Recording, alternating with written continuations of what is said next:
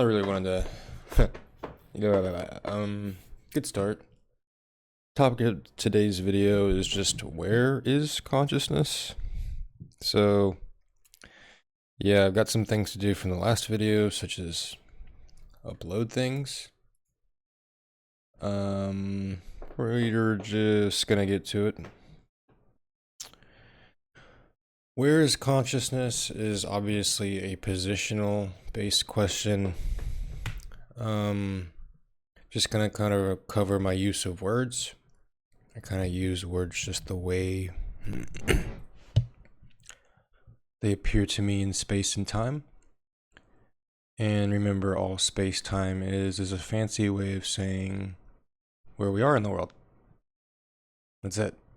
There's nothing special about space and time. It's just the relationship between one another. Some smarter ape than me figured out a long time ago that you could essentially, that the relationship between space and time was fundamental for one's understanding of the universe. Like, you need it. It's necessary. That's a better word. But space and time is usually a multi-dimensional thing. You know, we live in the 3D world. Just going to use words like world and universe now. And I'm not really going to chop this up. I don't really care for editing. But like I said, the main topic is where is consciousness? So where are you? You know what I'm saying? There's nothing too special about it. Like I said, a lot of people like to overdo consciousness. We like to treat it like some fancy thing. I don't know if I just gave my perspective up front in the last video, but I'm just going to say it flatly.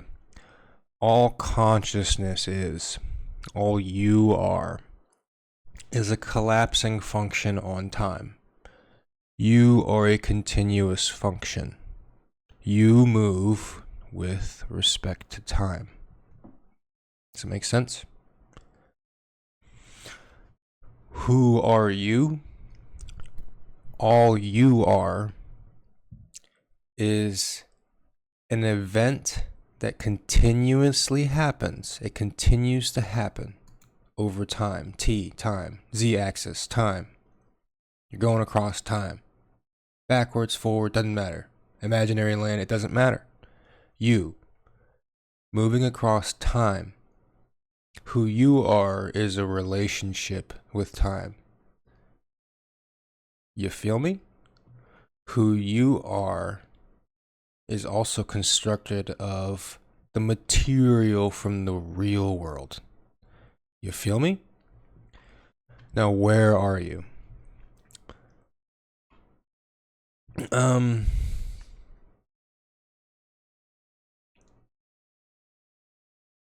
Fuck, did I say it flatly? I don't know.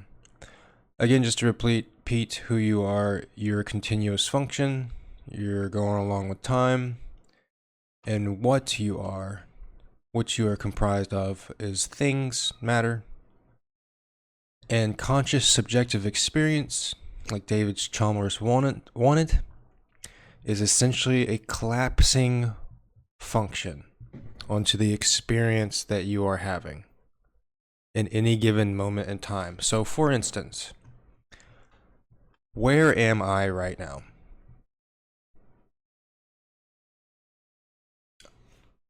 Where you are is exactly what your attention on is in any given moment in time. Let me just, because I keep stumbling.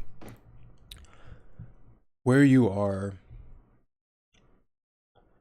is where you are on this continuum at any given moment.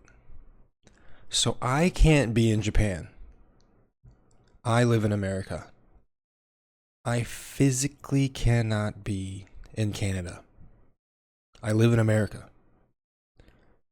I can't be over there. I'm right here. I can't be right here or over there. This circle right here, with respect to time, cannot be over here. You feel me? Who we are, what we are, is a set of collapsing functions of inputs. So say for instance we are burdened with the urge to pee, and we are also burdened with the urge to eat, yet we are also burdened with societal norms.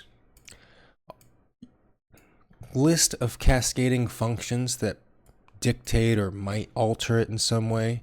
You're being affected by this as you move through time. Your perception of the world around you really is the only thing that matters.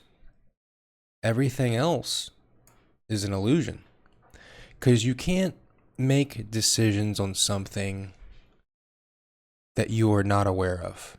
Do I really need to explain that to people? There is no God-like process that can get you from point A to point B. Imagination is not some God-like process. It is a limbic-based response. For instance, if I am colorblind and I can't see red and I need to make a red-based decision, can that person make a red or a based decision? I mean, that seems pretty obvious to me. If we take that and kind of kick it up to a notch and take it to mental illness, how can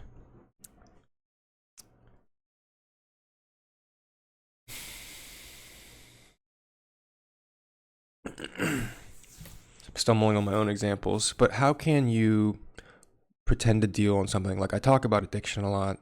How can you deal with these maladaptive coping mechanisms that come as a result of the drinking and the behaviors?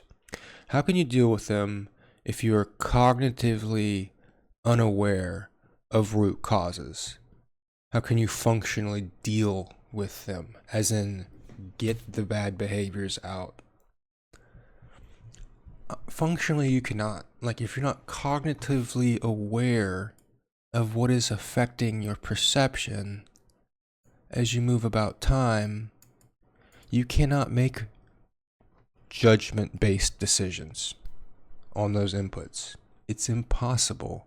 Just as I am in this room, cannot make judgment-based decisions in the living room with respect to time. Hope that's really slamming home at this point. I guess I need to go back and chop up my videos. That's my cat. But hopefully you get an understanding of where you are. You're just a collapsing function onto time itself. You can't be cognitively aware of an experience if you can't see it, if your attention's not on it. Hope that helps. Thanks.